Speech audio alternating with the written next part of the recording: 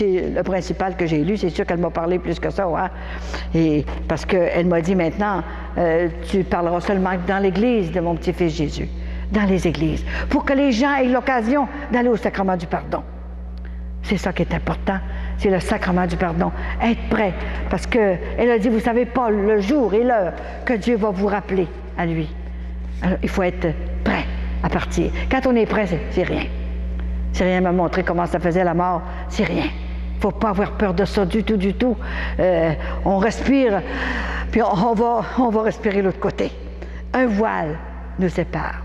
Alors, il ne faut pas avoir peur, surtout quand on est en bon état et qu'on sait qu'on veut voir le bon Dieu. C'est ça. Alors, c'est ça qu'elle m'a dit. Et puis, le 26 de juillet cette année, là, ça fait pas longtemps, 26 de juillet. Alors, elle m'a donné un message assez important.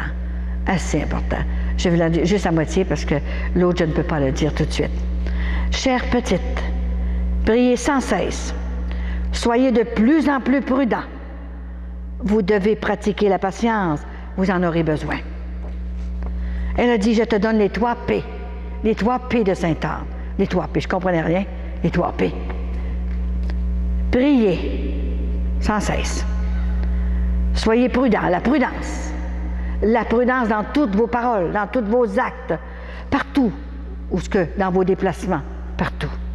Ne vous laissez pas embarquer, là, c'est après, comme ça, par des gens qui vous comptent fleurettes, comme on dit, qui vous expliquent toutes sortes de choses, parce que le démon va briser des cellules dans la tête des gens maintenant.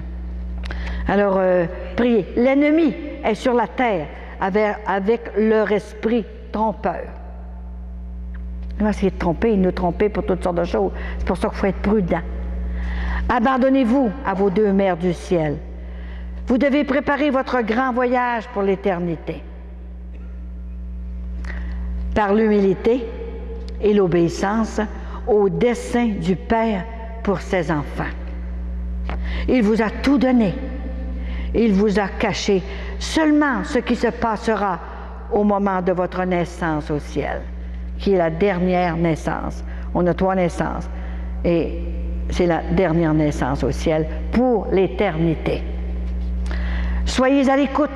Vous aurez toujours la grâce nécessaire pour comprendre ce grand amour de sa miséricorde divine. Je te bénis, je te regarde avec tout mon amour. Alors, je vais vous dire qu'est-ce qu'elle m'a dit aussi cette semaine. Je vais vous le dire parce que vous êtes un groupe vraiment qui est dans le Seigneur. Je ne le dirai peut-être pas dans les églises à tout le monde, là. Elle a dit, samedi passé, j'étais dans ma balançoire sur ma galerie. Et tout à coup, elle est venue me parler. Elle a dit, Colette, écoute-moi bien, je t'avais promis 15 ans. 15 ans, je l'avais demandé 15 ans pour qu'elle vienne me voir. Pendant 15 ans, elle est venue me voir. 7 ans tous les mois et 2 ans tous les 25 de chaque mois. Et le reste c'était 2 fois par année. Elle a dit, maintenant, je vais te voir pour la dernière fois à ta fête. Ça va être une vraie fête que je vais te faire. Le 25 août, justement, cette année, là, dans quelques jours, là, ça va être la dernière fois que tu vas me voir. Mais j'ai dit, comment ça se fait? Moi, je pensais que c'était, vu que tu me fais faire la mission jusqu'à mon dernier soupir, j'étais comme désappointée. Mais elle a dit, je serai avec toi de plus en plus et je t'avertirai de tout ce qui s'en vient. Je te parlerai plus souvent. N'aie peur de personne. Je serai avec toi 24 heures par jour pour ne pas que personne t'attaque. Et tu raconteras à mes petits-enfants ce que je te dirai. Alors ça m'a comme encouragée, ça m'a donné, et là elle m'a donné une grâce de providence extraordinaire, là. Elle m'a comme consolée, et c'était tellement grand. Elle a dit, si tu savais comme Dieu voudrait venir sur la terre pour arranger tout ça, là. Mais beaucoup le crucifieraient encore. Il ne peut pas venir. Il a dit, le péché déferle sur la terre. Il est comme, je ne dis pas, il a son voyage, comme on dit, je ne me souviens plus du mot parce que j'étais en extase, j'avais pas de crayon à côté de moi. Et il n'en peut plus de voir le péché sur la terre, mais ce qui est encore pire, c'est l'indifférence qui lui fait plus mal. L'indifférence de ses enfants, qu'ils ne veulent plus rien savoir, parce que tout passe avant, le matérialisme, les sports. Je ne dis pas que c'est méchant, mais tout passe avant Jésus. On n'a pas le temps. On n'a pas le temps de prier. C'est la télévision, et c'est les sports, et c'est les sorties, c'est toutes sortes de choses, hein? Et on n'a pas 10 minutes pour prier. Tous ces enfants de la terre, et le démon est en train de lui voler ses enfants, parce qu'il n'est pas capable de créer. Alors si nous autres, on ne va pas aller chercher le petit groupe de rien du tout, comme on dit, le petit groupe tout petit de Marie et de Sainte-Anne, laquelle qui va aller les chercher, là? La liberté, elle a dit, les gens ne comprennent pas qu'est-ce que c'est que la liberté. La liberté, c'est d'aimer. C'est seulement qu'avec l'amour et la charité, aimer assez nos enfants pour aller les chercher de toutes sortes de façons. Inventer des choses pour aller les chercher, pour qu'ils soient avec nous autres au ciel. Ils ne seront pas avec. Vous allez les perdre pareil pour l'éternité. C'est ça qu'on m'a dit. Si vous n'allez pas les chercher, priez très fort devant le Saint-Sacrement pour qu'ils mettent des personnes ressources sur leur route. Elle a dit, écrivez-leur, expliquez-leur que l'éternité, c'est long. C'est ça maintenant. Et prions beaucoup pour nos prêtres, parce que mon directeur spirituel m'en a parlé aussi. Et il ne parle pas assez de quand ils vont au confessionnal. Expliquer, parce que elle a dit qu'il y a beaucoup de pénitents ont peur des prêtres et cachent leurs péchés. L'enveloppe dans un morceau de papier pour ne pas être capable de le développer. Alors le prêtre, il ne veut pas deviner, lui, là. Moi, je vais vous donner juste un exemple.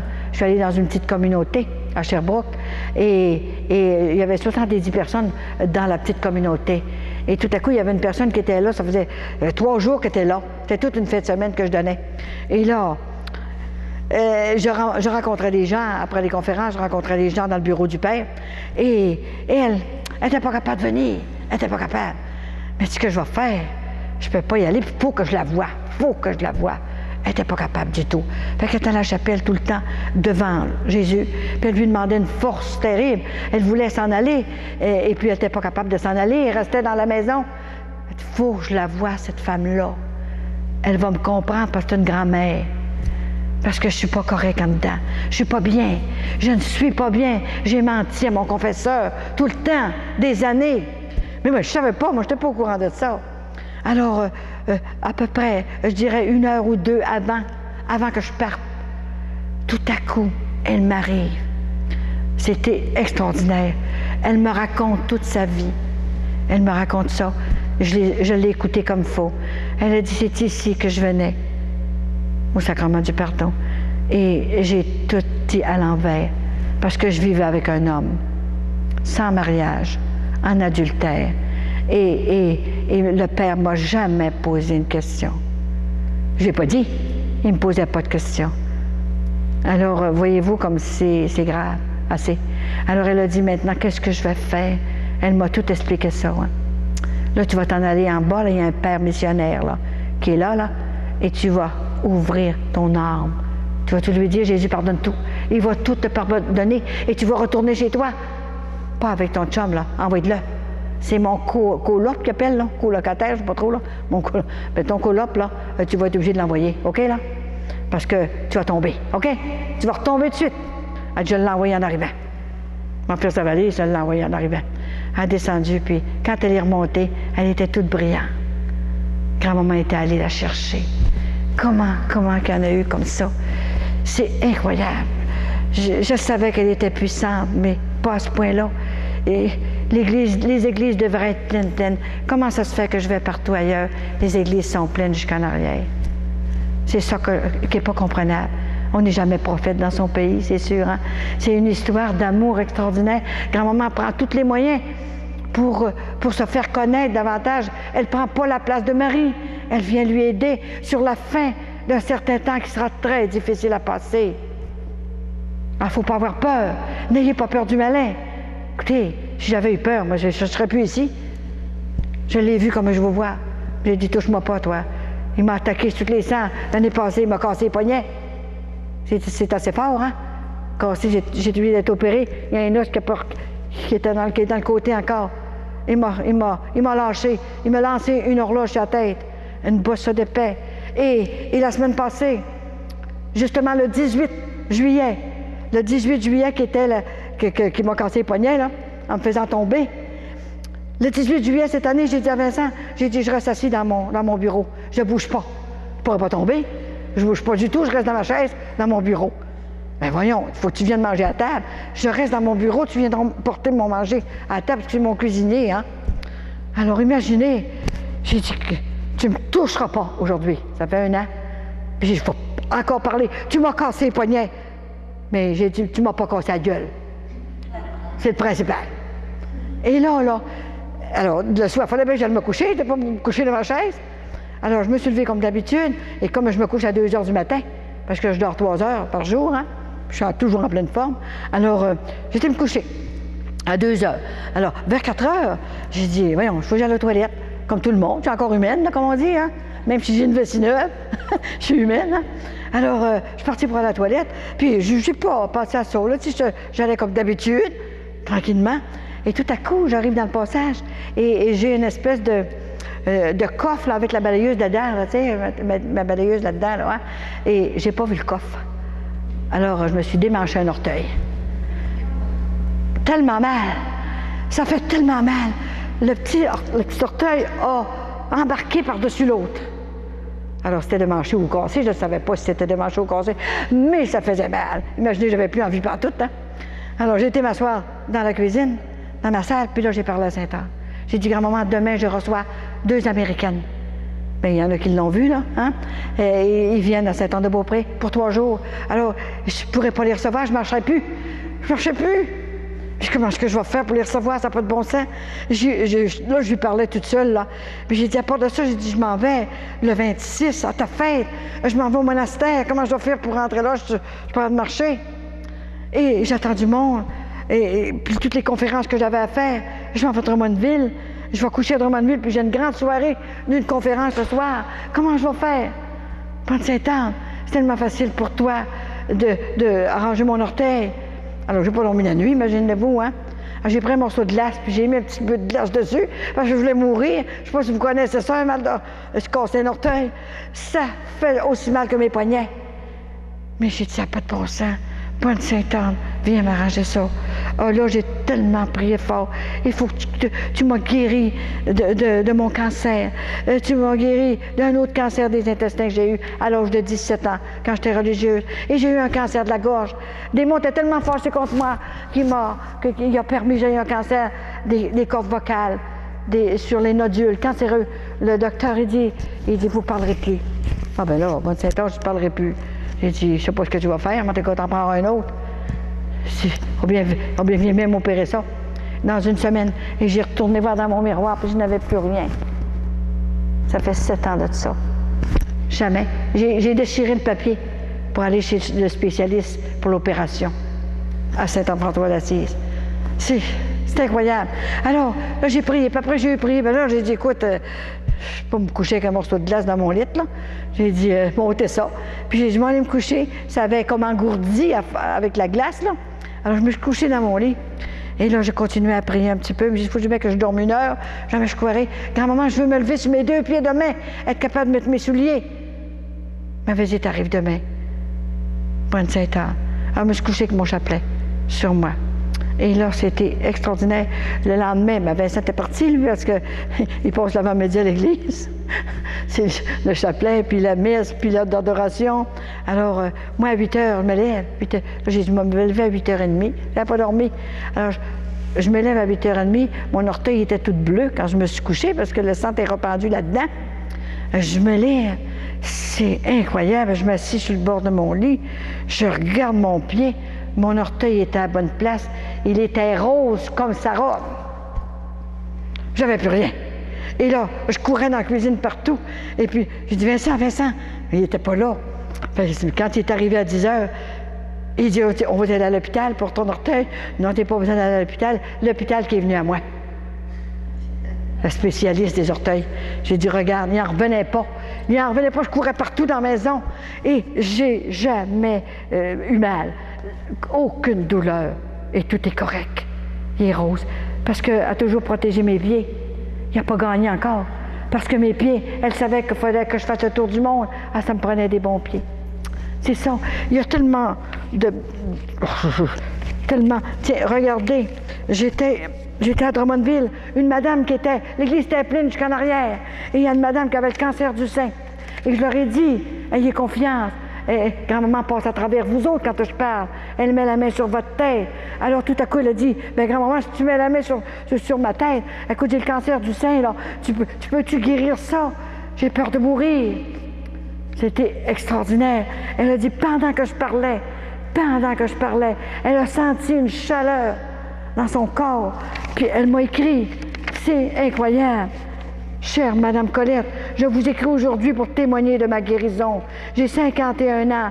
Il y a 2 ans, j'ai passé un test dépistage mammographie et on a découvert un kyste cancéreux au sein droit. Je dois vous dire que l'examen a été douloureux car j'ai dû le repasser une 2e fois. Ça fait très mal et je ne veux plus retourner. Elle a tout compté sans Sainte-Anne aussi, elle l'a, hein? Depuis ce temps, je ressentais une douleur terrible, et quand je me couchais surtout. Et parfois, quand je travaillais aussi. J'ai assisté à la réunion du 10 juin à Drummondville, à l'église Saint-Simon. Au cours de l'après-midi, vous nous avez dit que Sainte-Anne nous visitait et qu'elle va se promener parmi nous dans l'église. À ce moment même, j'ai ressenti un léger travail au sein droit et j'ai comme entendu un murmure à mon oreille, tu es guéri. Parce que vous avez crié, vous pouvez guérir avec la foi.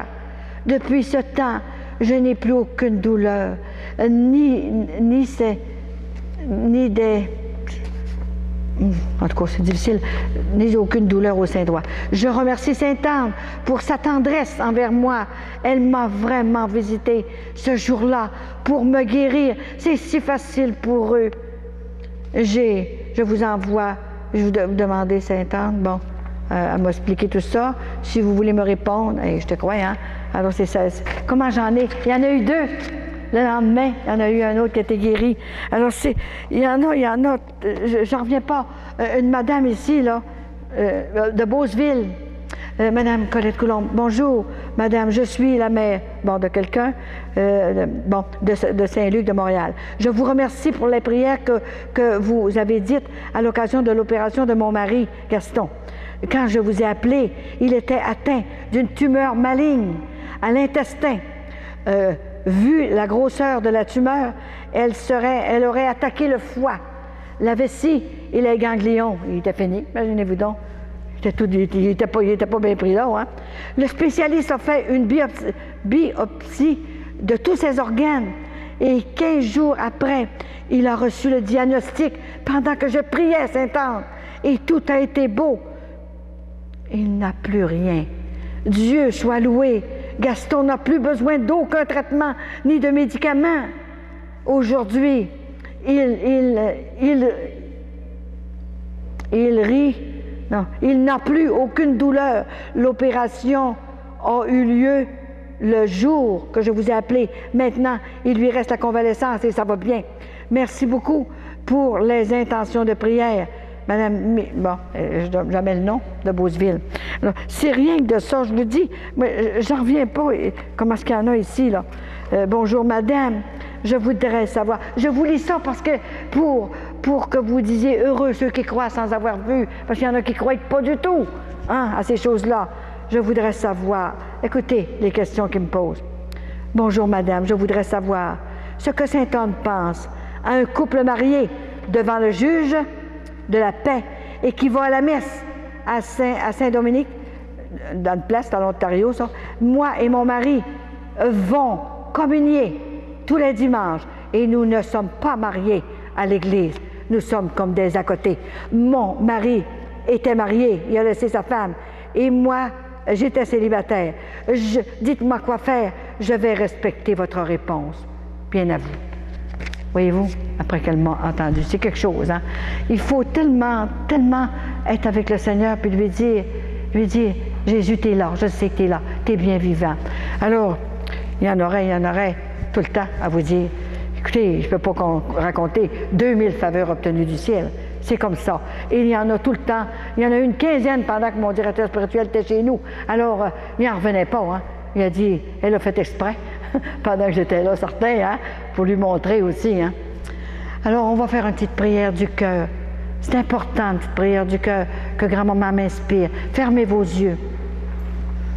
Ouvrez votre cœur. On va mettre tout ça là.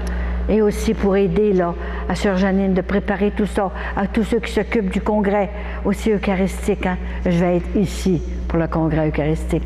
Alors, pour que les deux mères de Jésus invitent les enfants et qu'ils soient en état de grâce pour communier, c'est ça qui est important. Dites-le à vos enfants, être en état de grâce pour communier, recevoir le corps du Christ qui est bien vivant. Grand-maman Sainte-Anne, au nom de Jésus, tes petits-enfants, je te les présente ce soir, ceux que tu as invités qui sont venus et ceux qui n'y sont pas non plus. Donne des grâces spéciales à ceux qui sont là et donne-leur les paroles nécessaires pour qu'ils puissent aussi évangéliser. C'est pas toujours au même. On ne peut pas garder ça pour nous autres. Tu le sais, grand-maman, je voulais tout garder pour moi. Et je n'avais rien à moi. Il fallait que j'aille le dire. On consomme. Je voulais garder ce que je consommais. Mais ce n'était pas pour moi. Il fallait que j'aille le dire à mes frères et mes sœurs. Et je les ai tellement aimés, mes frères et mes sœurs, que je n'étais plus capable de garder ça pour moi. Elle m'a donné un charisme d'amour pour vous autres. J'ai tout laissé. Grand-maman Sainte-Anne, au nom de Jésus, je sais que tu es à côté. Je te demande de nous aider dans toutes les choses, que le petit reste nous, que nous sommes là pour dire notre oui d'amour et faire aimer Jésus, le connaître dans tout ce qu'il est venu nous dire sur la terre, dans l'Évangile, la parole de Dieu. On ne peut pas changer la parole de Dieu. Personne ne peut changer la parole de Dieu. Pas un iota. Ne changez pas un mot. Quand Maman Sainte-Anne enlève la peur à tes petits-enfants pour qu'ils puissent témoigner, qu'ils puissent parler de la puissance de Dieu, de son amour, de sa miséricorde, de sa justice. On te remercie d'avance, grand-maman, de tout ce que tu vas faire dans la province de Québec, par ce congrès, par cette Eucharistie. Ça va être extraordinaire. Jésus qui vient à nous, il vient à nous avec son corps et son sang.